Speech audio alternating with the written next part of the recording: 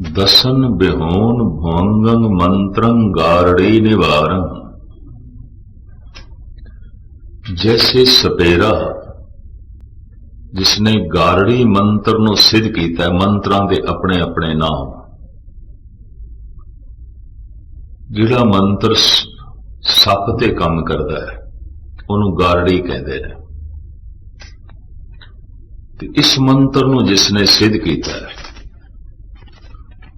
दसन बिहोन भयंगम, वो सप्पां नूं दंदां तो बिना कर दिंदा है, भाव उसदी जहर कढ दिंदा है। दसन बिहोन भंगं मंत्रं गारड़ी निवारं, ब्याग उपाड़न संतन नानक लबद करमणे। दुनिया दे इस तरह के कोई विरले संत जन ने जिन्हां ने परमात्मा का नाम रूपी गारड़ी मंत्र जप के अपनी जिंदगी विचों सारी जहर कढ़ दी है। ये इसके अखरी अर्थ ने। खुलासा थोड़ा जिहा दोहरावां। मनुखता का आदि काल जदों दी ये मनुखता शुरू हुई है तो रोग ते चले आ रहे हैं। रोगां नूं दूर करन दे वख-वख तजर्बे होए, वख-वख औषधियां आईयां, वख-वख सियाणे मनुख अगे आए। आदि काल विच मंत्रां दे राहीं उपचार हुंदा सी, मंत्रां दे राहीं इलाज हुंदा सी। और मैं ये भी अर्ज करदिआं, इस विज्ञानक युग दे च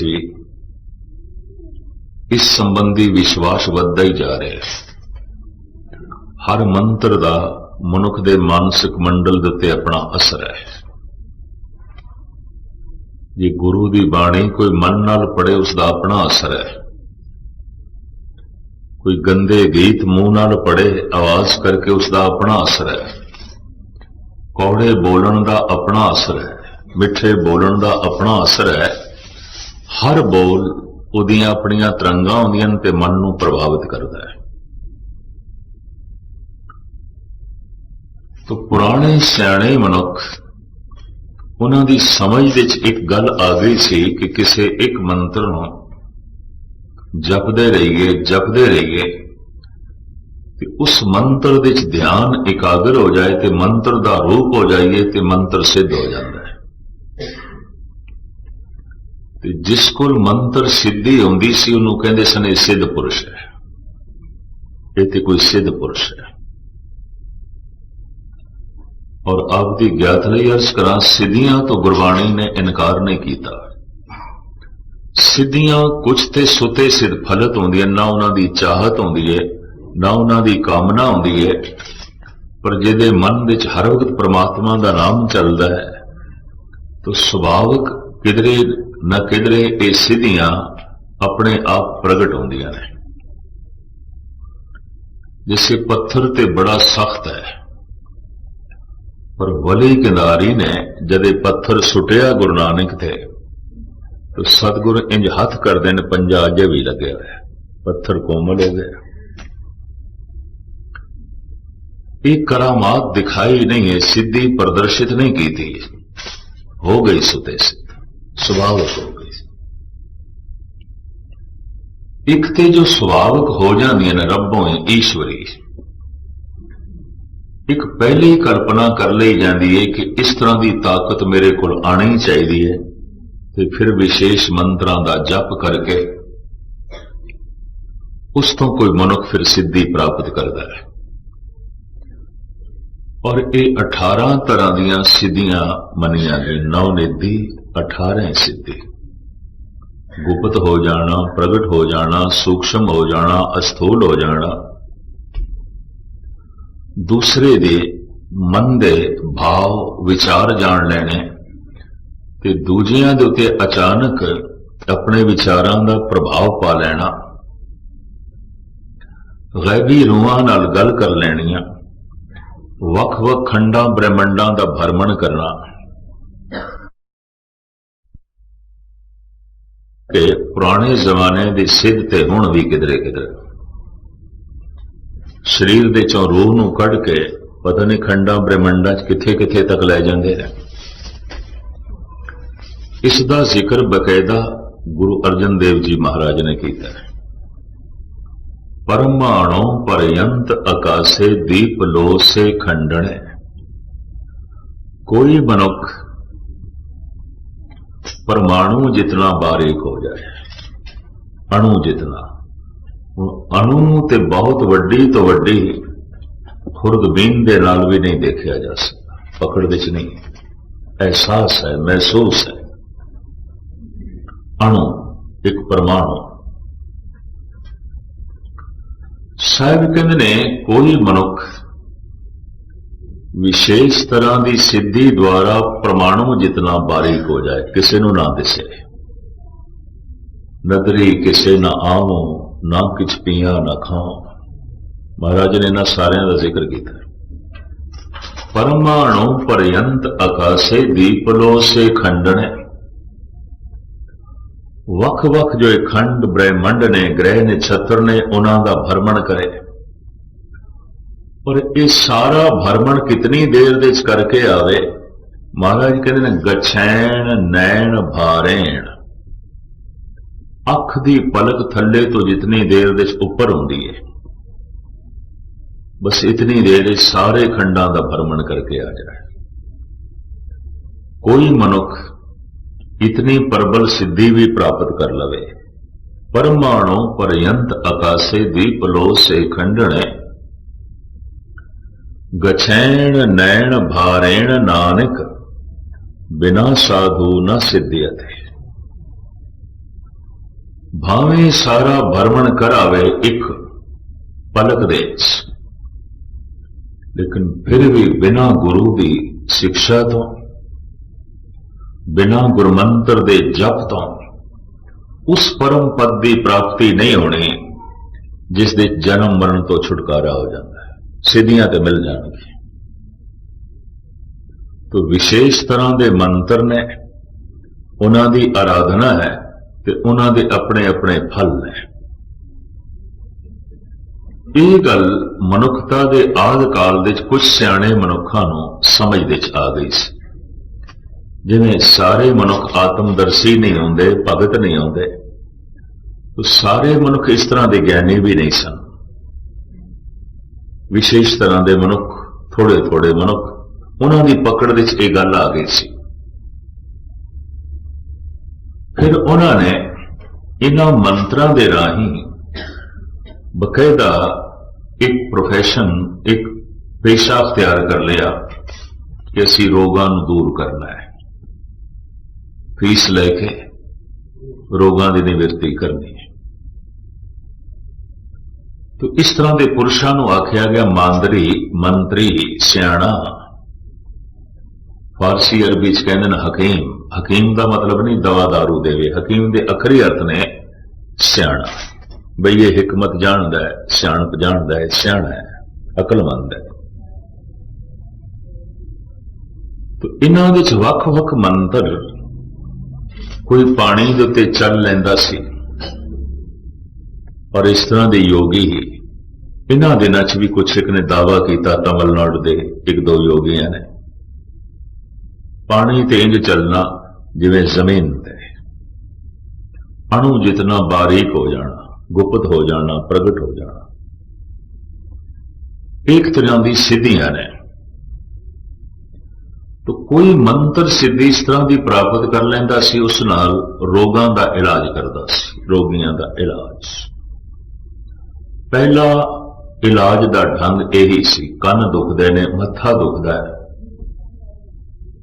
तो मंत्रां दे राही इलाज। दाढ़ दुखदी है, कोई बुखार है, मंत्रां दे राही इलाज। या फिर ठुए ने डंग मारे, सप ने डंग मारे, तो मंत्रां दे राही इलाज। सप दा जहर ते सप दे डंगे दा जिस ढंग नाल इलाज किया जाता सी, उस मंत्र का नाम सी गारड़ी मंत्र। भारत विच अजे भी है, योगियां कोल। ਜਿਹੜੇ ਸਪੇਰੇ ਨੇ ਫਨੀਅਰ ਨਾਗ ਪਕੜਦੇ ਨੇ, ਕੋਲ ਰੱਖਦੇ ਨੇ, ਉਹ ਪਹਿਲੇ ਸਾਲ 2 ਸਾਲ 3 ਸਾਲ ਇਸ ਮੰਤਰ ਨੂੰ ਸਿੱਧ ਕਰਦੇ ਨੇ, ਫਿਰ ਇਸ ਤਰ੍ਹਾਂ ਦੇ ਸੱਪ ਪਕੜਦੇ ਨੇ। ਔਰ ਆਪ ਦੀ ਗਿਆਤ ਲਈ ਅਰਜ਼ ਕਰਾਂ, ਉਸ ਸੱਪ ਨੂੰ 10 ਮਹੀਨੇ ਤੋਂ ਜ਼ਿਆਦਾ ਨਹੀਂ ਰੱਖਦੇ, ਛੋੜ ਦਿੰਦੇ ਨੇ। ਕਹਿੰਦੇ ਜਿਹੜਾ ਸਾਡਾ ਮੰਤਰ ਹੈ ਕਿਸੇ ਵੀ ਸੱਪ ਦੇ ਉੱਤੇ ਵੱਧ ਤੋਂ ਵੱਧ 1 ਸਾਲ ਕੰਮ ਕਰ ਸਕਦਾ ਹੈ, ਅਸੀਂ 10ਵੇਂ ਮਹੀਨੇ ਛੋੜ ਦਿੰਦੇ ਹਾਂ। ਤੇ ਫਿਰ ਕੋਈ ਦੂਸਰਾ ਸੱਪ ਪਕੜਦੇ ਨੇ। ਅੱਜ ਵੀ ਆਸਾਮ ਦੇ ਵਿੱਚ, ਬੰਗਾਲ ਦੇ ਵਿੱਚ, ਰਾਜਸਥਾਨ ਦੇ ਵਿੱਚ, ਮਹਾਰਾਸ਼ਟਰ ਤੇ ਗੁਜਰਾਤ ਦੇ ਵਿੱਚ ਅੱਜ ਵੀ ਇਹ ਸਪੇਰੇ ਮੌਜੂਦ ਨੇ। ਇਸ ਤਰ੍ਹਾਂ ਦਾ ਇਲਾਜ ਕਰਨ ਵਾਲੇ ਵੀ ਮੌਜੂਦ ਨੇ, ਪਰ ਚूंकि ਸੱਪ ਦਾ ਡੰਗੇ ਅਗਰ ਛੇਤੀ ਇਲਾਜ ਨਾ ਹੋਵੇ ਤਾਂ 5-10 ਮਿੰਟਾਂ 'ਚ ਭੋਗ ਪੈ ਜਾਂਦਾ ਹੈ ਮਰੀਜ਼ ਦਾ। ਇਸ ਵਾਸਤੇ ਅਕਸਰ ਇਹਨਾਂ ਦਾ ਇਲਮ, ਇਹਨਾਂ ਦੀ ਸਿਆਣਪ ਕੰਮ ਨਹੀਂ ਆਉਂਦੀ। ਇਹ ਕਿਸੇ ਇੱਕ ਪਿੰਡ 'ਚ ਹੋਏ, ਮਰੀਜ਼ ਕਿਸੇ ਇੱਕ ਪਿੰਡ 'ਚ ਹੋਇਆ, ਜਿਤਨੀ ਚਿਰ ਤੱਕ ਉਸਦੇ ਕੋਲ ਪਹੁੰਚਾਈਏ ਮਰੀਜ਼ ਦਮ ਤੋੜ ਜਾਂਦਾ ਹੈ। ਲੇਕਿਨ ਸਪੇਰੇ ਮੰਨਦੇ ਨੇ ਸੱਪ ਦਾ ਡੰਗਿਆ ਹੋਇਆ ਘੱਟ ਤੋਂ ਘੱਟ 3 ਦਿਨ ਤੱਕ ਨਹੀਂ ਮਰਦਾ। ਅਗਰ ਸਵਾਸ ਰੁਕ ਵੀ ਗਏ ਨੇ ਤਾਂ ਵੀ ਉਹ ਨਹੀਂ ਮੰਨਦੇ ਮਰ ਗਏ। ਉਹਨਾਂ ਦੀ ਆਪਣੀ ਧਾਰਨਾ ਹੈ। ਮੈਡੀਕਲ ਸਾਇੰਸ ਕੀ ਕਹਿ ਰਹੀ ਹੈ ਇਸ ਦੀ ਮੇਰੀ ਜਾਣਕਾਰੀ ਨਹੀਂ ਹੈ, ਪਰ ਉਹ ਨਹੀਂ ਮੰਨਦੇ। ਔਰ ਉਹਨਾਂ ਦਾ ਇਹ ਵੀ ਕਹਿਣਾ ਹੈ ਕਿ ਗਾਲਬਨ 97% ਸੱਪਾਂ ਦੇ ਜ਼ਹਿਰ ਹੁੰਦਾ ਹੀ ਨਹੀਂ, ਬੰਦਾ ਭੈ ਦਾ ਮਾਰਾ ਮਰਦਾ ਹੈ। ਸਿਰਫ 3% ਸੱਪਾਂ ਦੇ ਵਿੱਚ ਜ਼ਹਿਰ ਹੁੰਦਾ ਹੈ, 3%। और खास करके जहरीला कोबरा, फनियर नाग, डंग मारे उसने मिनट 2 मिनटां च ही मरीज का भोग पै जाता है। हुण इतनी छेती कोई मांदरी लभ्या जाए, सपेरा लभ्या जाए, औखी गल है। उस सप का जहर बिल्कुल छेती चढ़ता है। इधर उसने डंग मारिया, थोड़ी देर बाद मरीज गिर जाता है, टह जाता है, बेहोशी तारी हो जाती है। तो खैर ये मंत्र इस तरह के सप्पां ते काम करता है। जद सपेरे लोग इसनूं पकड़ते हैं, पहले मंत्र नूं पढ़ते हैं, वो सुन्न हो जाता है, फिर इसनूं पकड़ लेंगे ने, ते फिर इसके दंद तोड़ देंगे ने, जिन्हों कहने दंद खट्टे करना। इन्हां दा ये मंत्र 1 साल तक चलता है। 2-3 महीने आने बाद दंद फिर आ जाते हैं, जहर फिर बन जाती है, ये 10वें महीने छोड़ देंगे। भारत विच इस तरह का धंधा है, और जो कुछ मेरे पढ़न ते सुनन दे आया चीन दे भी है, चाइना दे उत्थे भी है, मलेशिया दे भी सपेरे हैगे ने। ये सपेरे कोरिया ते वियतनाम दे भी है, लंका ते बर्मा दे ते हैगे ही ने। इधर अफगानिस्तान दे भी यह धंधा है। ईरान का वह इलाका जो अफगानिस्तान दे नाल लगता है, उत्थे भी ये मांदरी लोग हैगे ने। ठूए दे डंगण दा ते सप दे कट्टण दा ये इलाज इस ढंग नाल करते हैं। तो गुरु अर्जन देव जी महाराज ने एक उदाहरण दिता है, दसन बिहोन भयंगम मंत्रं गारणी निवारण व्याध उपाड़न संतन नानक लबद कर्मणे। जैसे सपेरा मांदरी गारड़ी मंत्र नूं जप के ते सिद्ध करके सप दी जहर ला देंदा है ते सप नूं दंदां तो बिना कर देंदा है। कोई विरले अभ्यासी गुरमुख जन ने जो परमात्मा का नाम रूपी गारड़ी मंत्र जप के अपने मन दे चों विकारां दी सारी जहर कढ़ देंदे ने। व्याध उपाड़न संतन नानक लबद करवणे। धन गुरु नानक देव जी महाराज ने ऐसा मन लिया है कि 90% रोग मानसिक ने, मन करके ने, सिर्फ 10% रोग तन दे ने। कोई जद्दी रोग हो सकता है, मां रोगी सी, पिता रोगी सी, तो अगे बच्चे रोगी हो गए। आहार खाना पीना ठीक नहीं, संतुलन बिगड़ गया। ईश्वर ने सब कुछ अंदर नाप तोल के रखे है। पित्त वध गई, कफ वध गई, वायु वध गई, तो बीमार रहने लग पिया। तो ये 10% रोग जद्दी ते आहारक मंदे ने गुरु नानक देव जी महाराज, 90% रोग मानसिक मंदे ने। और इन्हां दवाइयां नाल वक्ती तौर ते रोग जो शरीर दे तल ते प्रगट होया दब ते जाएगा, मन विच रहेगा, फिर पैदा हो जाएगा।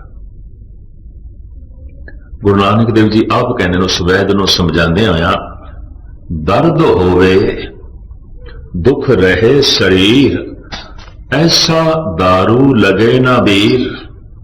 ऐ वैद तू मैनू ये दस, जिसदा तू इलाज करदा है, जिसनों तू दारू देना है दवाई,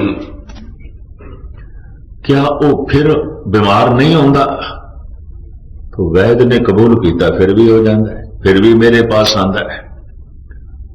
तो फिर महाराज कहते तू मूल रोग की जड़ नहीं कट्टी, पत्तियां नूं कटदा है। तू शरीर दे चों रोग नूं कड्ढण दी कोशिश करदा है कि जद के उस रोग दीयां जड़ां मन दे च ने। ऐसा दारू लोड़ लो जित वन्ये रोगां घाण,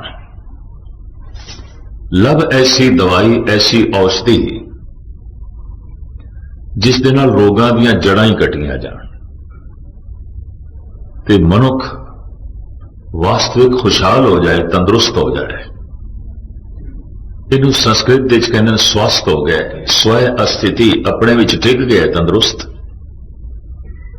जो अपने तो दूर है, अपने विच टिकिया नहीं, बीमार रहेगा।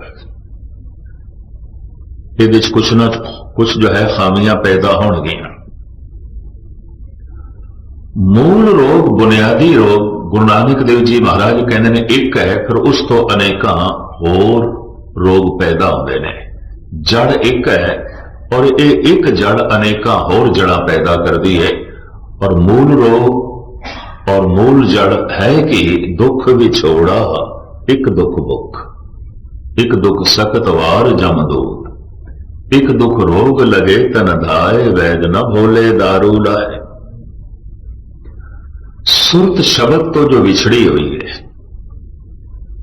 चेतना जो परम चेतना तो टूटी हुई है, बस यही एक रोगां दा मूल रोग है और अनेका रोगां नूं जन्म देता है। कितने क रोगां नूं जन्म देता है? ईश्वर नूं भुल जाना, भुलना ही टुटना है। असी ईश्वर नूं गवा नहीं सकते, असी ईश्वर तो दूर भी नहीं जा सकते, ईश्वर नूं बुला सकते हैं। और बुलाने ही रिश्ता टुट जाता है, भावें कोल है भावें व्यापक है। तो उसनों भुलदियां ही मानसिक रोग जन्म लेंदे ने। कितने क रोग धन गुरु अर्जन देव जी महाराज ते कहंदे ने, परमेश्वर ते भुलिया व्यापन सभे रोग। सारे ही रोग, मानसिक रोग शारीरिक रोग पैदा करेगा और यही मानसिक रोग आर्थिक समस्या भी पैदा कर सकता है। यही मानसिक रोग समाजिक परिवारक समस्या भी पैदा कर सकता है। मन का संतुलन ही डावाडोल है, इसकी घरेलू जिंदगी किस तरह ठीक हो सकती है? इतनी मानसिक तौर पर अपना तवाजन खोई बैठा है, इसका आर्थिक जीवन किस तरह ठीक हो सकता है? इसका शरीर किस तरह ठीक हो सकता है? ये हर पासों रोगी हो जाएगा। और महाराज कहते मैं मनुखता ने निगाह मारदा हाँ, मानसिक तल से ते मैनू बथेरे रोगी दिखाई देंदे, जो जो दिसे सो सो रोगी, रोग रहत मेरा सतगुरु जोगी। मन विच चिंता है तो अखां दसदियां पिन चिंता एक रोग है। मन विच बेचैनी है तो मस्तक दस रहा है बेचैनी एक रोग है। मन विच तनाव है तो तनाव एक वास्तविक रोग है, चेहरा दस रहा है। ਕਹਿੰਦੇ ਮਨੁੱਖ ਦਾ ਚਿਹਰਾ ਛੁਪਾ ਨਹੀਂ ਸਕਦਾ, ਮਨੁੱਖ ਦੀਆਂ ਅੱਖਾਂ ਛੁਪਾ ਨਹੀਂ ਸਕਦੀਆਂ ਬਿਮਾਰੀ ਨੂੰ, ਰੋਗ ਨੂੰ। ਮਾਨਸਿਕ ਰੋਗ ਮਸਤਕ ਤੇ ਪ੍ਰਗਟ ਹੁੰਦਾ ਹੈ, ਮੱਥੇ ਤੇ ਪ੍ਰਗਟ ਹੁੰਦਾ ਹੈ। ਚਿੰਤਾ ਮਾਨਸਿਕ ਰੋਗ ਹੈ, ਭੈ ਮਾਨਸਿਕ ਰੋਗ ਹੈ, ਸੰਤਾਪ ਤਣਾਅ ਮਾਨਸਿਕ ਰੋਗ ਹੈ।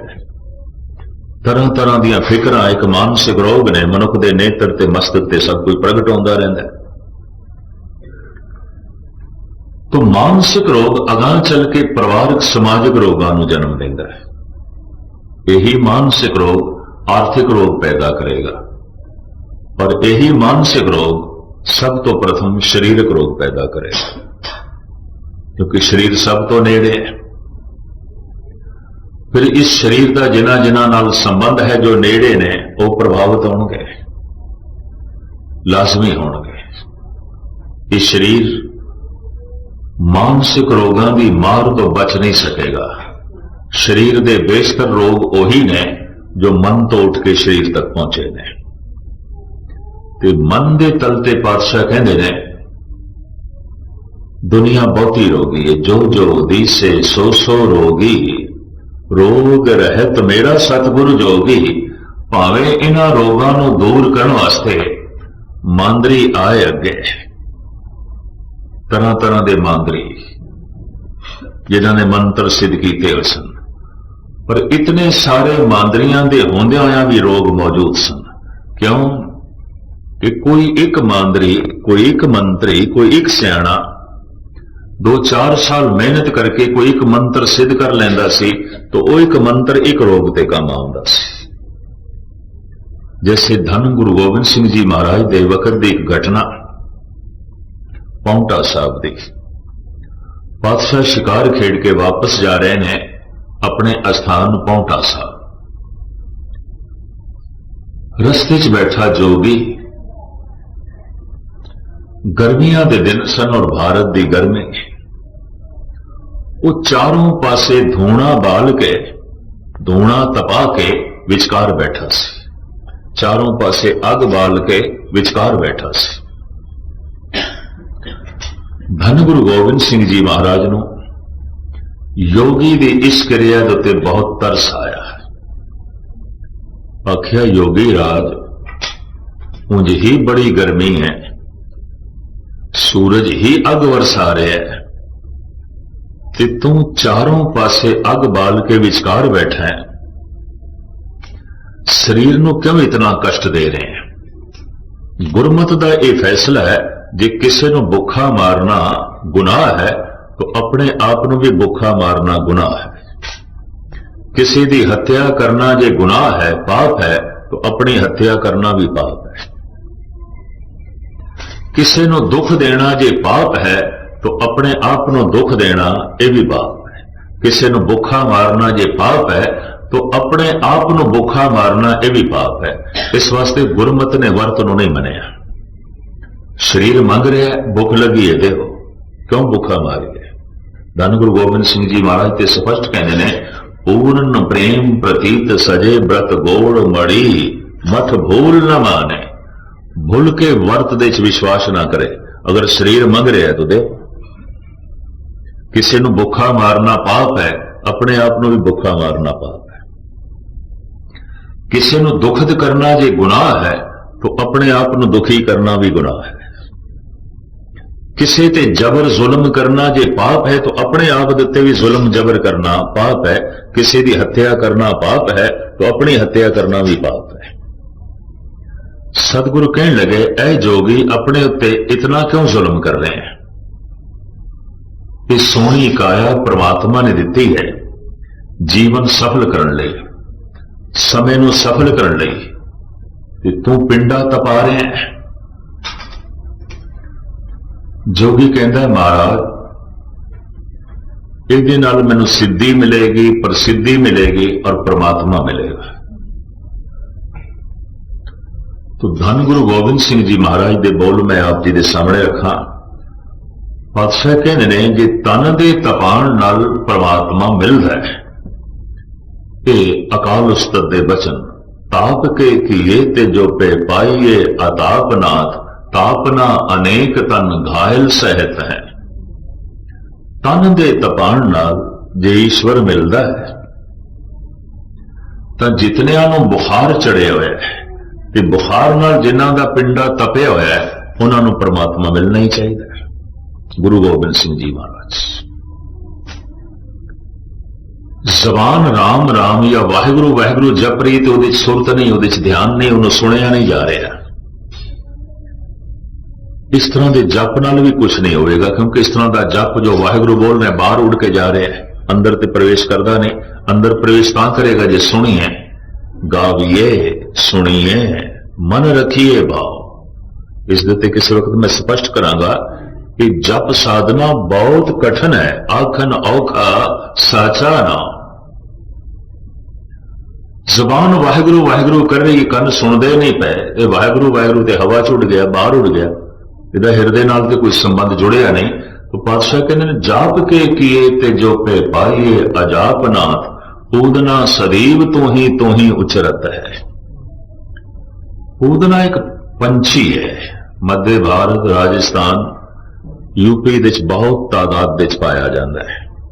कबूतर तो थोड़ा जिहा छोटा होंदा है और इसनूं हिंदी भाषा च उत्थे पूदना कहते हैं। इहदी आवाज है, थोड़े विच जरूर किसी ने सुनी होनी है, अगर भारत दे थोड़ा आना जाना है।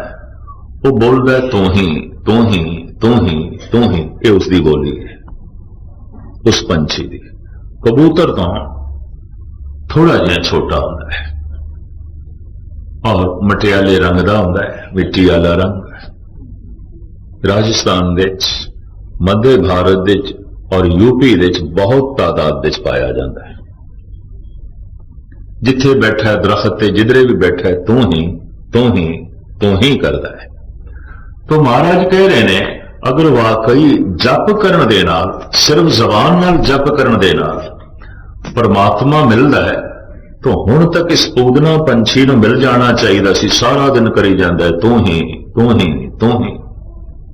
जाप के किए ते जो पे पाइए अजाप नाथ, पूदना सदैव तू ही उचरत है। जप बहुत गहरी साधना है। जबान जपे ना वाहिगुरु वाहिगुरु वाहिगुरु ते कन सुनन। तुसी करन बैठना अमृत वेले तो मैं एक गल दावे नाल कह दिया, 1 मिनट भी नहीं कर सकोगे। 1 मिनट, अगर 1 मिनट आप सारिਆਂ ਦੇ चों कोई कर सकता है तो इस सदी का, इस युग का वह भाई गुरदास है, भाई मनी सिंह है, इस समय का वह भगत प्रहलाद है, ध्रुव है, वो पूजन योग है। 1 मिनट,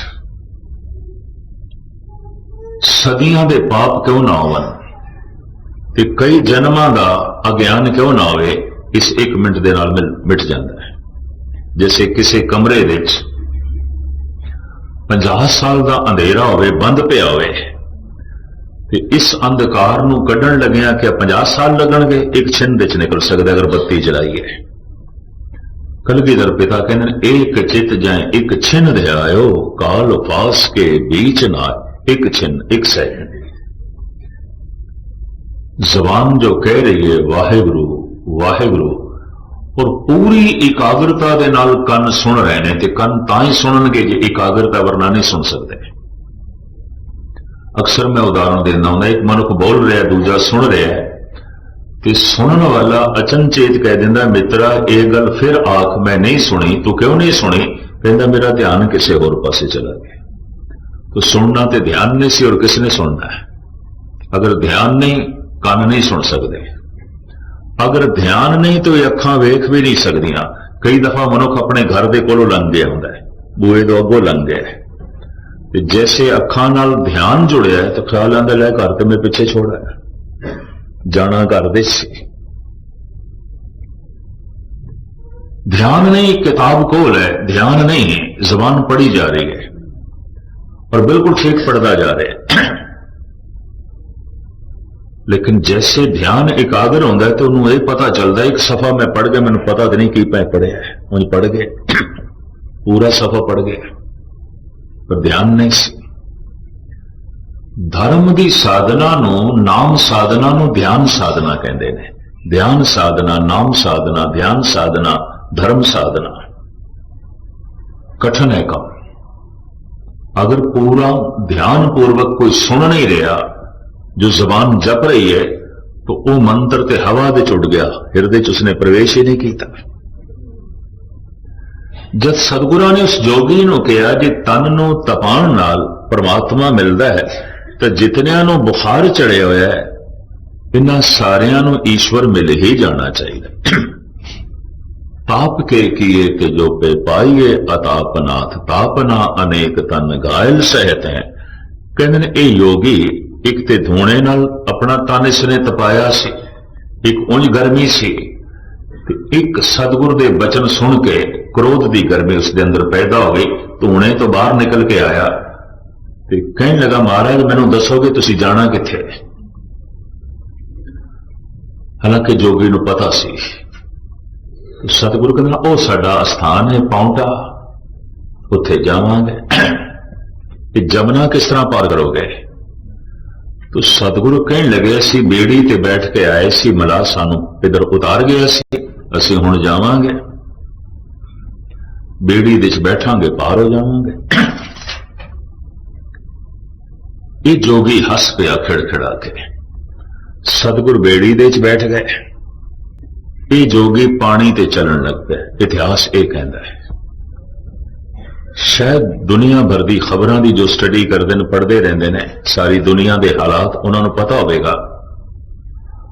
अज तो कोई 7 साल पहले बंबई दे एक जोगी ने ऐलानिया किया सी कि मैं समुंदर दे उत्ते इंज चलांगा जिवें जमीन ते चली रहे।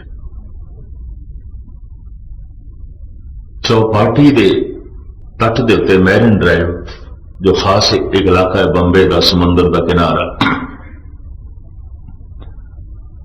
कोई 1.5-2 लाख मनुख जमा हो गए थे। बड़ी भीड़ देखने लगी कि पानी ते चलेगा। पता नहीं कितने फोटोग्राफर पहुंचे, कितने टीवी कैमरे पहुंचे, कितने अखबारी रिपोर्टर पहुंचे उथे। और जैसे वो ऐन कोई 200-300 फुट दूर सागर विच गया ते चलण की कोशिश की थी, नहीं चल सके। उन्होंने तैर के इस पासे आना पाया और उन्हें माइक्रोफोन ते इतना आख्या, ये लखां मनुख जो मैनू देख रहे हैं, इन्हां दी तकनी दे नाल, इन्हां दियां तरंगां, इन्हां दी वाइब्रेशन मेरे नाल इतनी टकरा रही है, मेरा मन एकाग्र हो रहा। पर मैं इस तरह बिल्कुल ठीक कह रहा सी, गलत नहीं कह रहा सी। वो चल लेंदा सी, तमिलनाडु का योगी सी, पानी ते चल लेंदा सी। पर कई दफा 2-4 बंदे भी बैठे होन ते मन एकाग्र करना औखा हो जाता है। तुसी अमृत वेले जप करना, तो इतना महसूस हो कि 2 होर बैठे, एकाग्रता भंग हो जाएगी, मुश्किल है।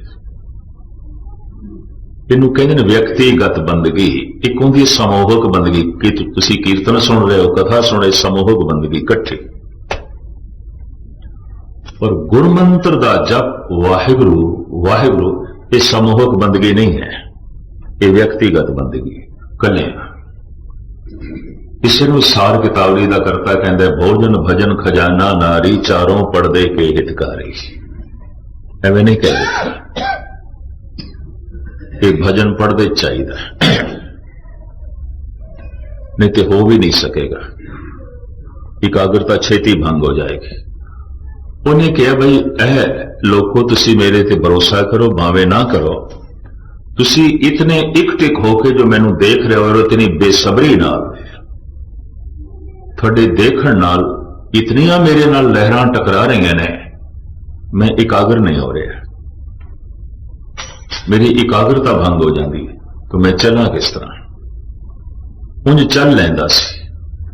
तो सतगुर बेड़ी दे च बैठे, ये योगी चलन लग पिया। थोड़ी देर तो बाद सतगुर पार होए ने, ये जोगी भी चल के पार होया है। महाराज ने मलाह नूं उस जमाने के हिसाब नाल बादशाह ने 2 आने दिते। उस वक्त के हिसाब नाल 8 पैसे बनते सन, हथेली ते पकड़ाए 2 आने। मला ने धन्यवाद किया, शुकराना किया, मथा टेकिया, खुश होया। जोगी तर्क नाल कहन लगा, जो जमना तो पार नहीं हो सकता वो अपने सिखां नूं संसार तो किस तरह पार करेगा। जिन्हों जमना तो पार होने लई बेड़ी चाहिए, मला चाहिए है, उस संसार सागर तो किस तरह पार होगा तो बाकियां नूं किवें पार करेगा। अपनी तरफों उसने इंज सोचा कि मैं गुरु गोबिंद सिंह जी महाराज ते एक बहुत गहरा तर्क कर देता है और सतगुरु को इसका कोई जवाब नहीं होगा। महाराज कहने लगे, जोगी राज दसेगा ये पानी दे उत्ते चलन की जिहड़ी ते सिद्धि है तैनूं किवें मिली। वो कहने लगा, महाराज गल है, मैं सर्दियां दे दिनां च जलधारा कीती है, गर्मियां दे दिनां च धूणे तपाए ने। भारत विच खास करके जमुना दा तट, हिमाचल प्रदेश का इलाका, जे ठंड पैंदी है तो खूब ठंड पैंदी है, ते हिमाचल के मैदानी इलाकों जे गर्मी पैंदी है तो खूब गर्मी पैंदी। ठंड है तो ठंडा पानी सिर पे पै रहा है, इनू जलधारा कहते हैं। धूणे तपाना गर्मियां दे जेठ हाड़ की गर्मी के चारों पासे अग बाल देनी, विचकार बैठना, पिंडे नू तपाना।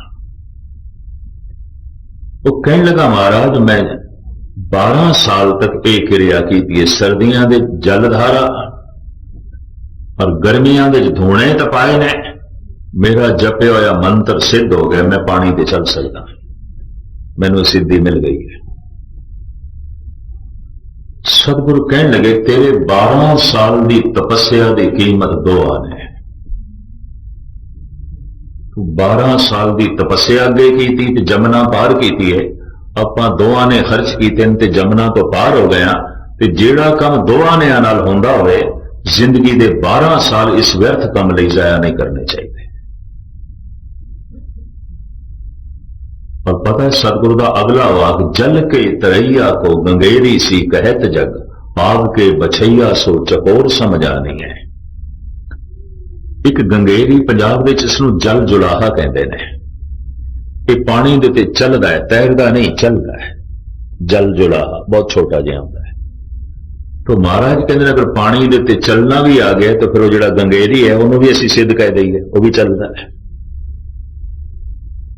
कुछ जोगी अग खांदे ने, अग मूंह चों भी अग कढदे ने, सिद्धि, और अग उन्होंने जलांदी नहीं। महाराज कहते आग के बछैया सो चकोर समझ आनी है। इतनी गल तो स्पष्ट है कि गुरु गोबिंद सिंह जी महाराज मंदे ने सिद्धियां नहीं है, पर यह जीवन, ये जन्म इन्हां सिद्धियां लई नहीं है। गुरु नानक देव जी महाराज भी कहते रिद्ध सिद्ध अवरा साहब, ये साडी साधना नहीं, ये दूजियां दी साधना है। और जिस तरह कईयां नूं धन रोक देंदा है, रूप रोक देंदा है, पदार्थ रोक देंदे ने, कई रिद्धियां सिद्धियां च रुक जाते हैं। सिद्ध होवां सिद्ध लाई, रिद्ध आखां आओ, गुप्त प्रगट होए बैसा लोक राखे भाव, मत देख भूला विसरे तेरा चित्त ना आवे ना। तो रिद्धियां सिद्धियां भी रोक देंदियां ने। एक सिद्धि है, गारड़ी मंत्र नूं जप के सब नूं काबू कर लेना। कोबरा सक फनियर नाग, उस सपेरे नूं डंग नहीं मारदा, सुन हो जाता है, अद्धा बेहोश जिहा हो जाता है उस मंत्र की आवाज नाल, उस मंत्र के पढ़न नाल जिसने सिद्ध किया होंदा है। फिर वह सपेरा उसके दंद कट देंदा है, उसकी सारी जहर की थैली कट देंदा है, उन्होंने जहर तो बिना कर देंदा है।